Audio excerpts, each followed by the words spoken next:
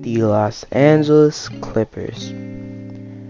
I have them going 50-32 and being the 4th seed in the West. You might be thinking, isn't this a little high for the Clippers? You're probably right, but I have reasons why I put them here. First of all, let's start with the starting lineup. You got Reggie Jackson, Paul George, Terrence Mann. Probably going to have Terrence Mann as shooting guard and Paul George as small forward. Then Marcus Morris and I'm guessing Zubac. That's what I think their starting lineup's going to be. They might have Ibaka there too, because he was out last year, but he might be back this year. Who knows though?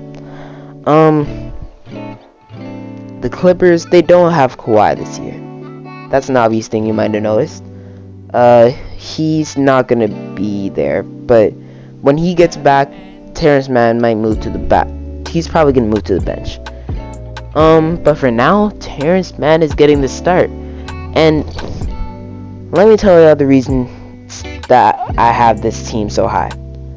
First of all, Paul George is very...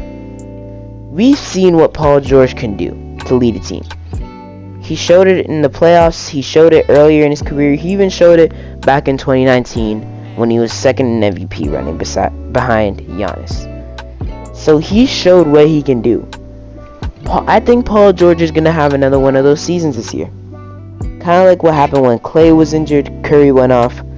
So now that Kawhi's injured, Paul George is going to go off. Because Paul George can be the first option on a team. So he's definitely going to be that guy this year. But Paul George isn't the only reason I have this team this high. I also have this team here because of Terrence Mann. Terrence Mann dropped 39 last year, I remember, against the Jazz in the playoffs. And he came in the clutch, won them the series, and got them to the conference finals. I think Terrence Mann's going to have a breakout year this year. I think that he's going to be playing great. He's going to be Paul George's right-hand man. He's going to be the second scoring option. He's going to start. I think he's going to be really good this year. I believe in Terrence Mann, man. I think he has a small chance to be most improved. He's not going to win it, but he can be like a dark horse option. Because he showed off a bit in last year's playoffs, and now he's just going to go off. You know? That's what I think is going to happen with Terrence Mann. I have faith in Terrence Mann. He's going to be good this year, and he's going to help Paul George lead them to the 4th seed. Then you can't forget about the rest of the guys in this team. This team is still really good. You got Reggie Jackson, who was really good in this year's playoffs. Eric Bledsoe, who, although he gets a lot of hate, he's actually still a good player. Because Eric Bledsoe defensively is ridiculous. And this team is their identity. Well, not really their identity. They have a lot of defense. That's what I'm trying to say. They have a lot of defense. So Eric Bledsoe really just adds to that. They don't have Lou Williams. If they had Lou Williams in this team, then it would make a lot more sense to have them as the 4th seed. But they also got Marcus Morris. They got Zubac, Serge Ibaka back. They have a lot of guys here who could actually be good contributors. And you can't forget about Luke Kennard. Luke Kennard came in the clutch last year against the Mavericks, I think it was. And he can be that shooter off the bench. Like, he could be that guy. Well, not that guy, but that shooter, you know? Every team has a knockdown lights out shooter. Or every really good team has a knockdown lights out shooter. Like the Sixers have Seth Curry. The Bucks had what's his name? They had Kyle Korver before, and now they have, I guess, you could say Dante DiVincenzo or Chris Middleton. Yeah, really Chris Middleton. Then you got the Nets with Joe Harris. You got the Lakers with a lot of shooters. But I guess one guy would be like Wesley Matthews. You got the Suns with Jake Crowder, and there's another shooter on the team who I forgot. But my point is, a lot of teams have good shooters. Devin Booker. Why didn't I say Devin Booker? Yeah, a lot of good teams have shooters, and Joe Ingles for the Jazz. Anyways, teams have good shooters, and the Clippers, for them, I have a feeling Luke Kennard can be that shooter, you know?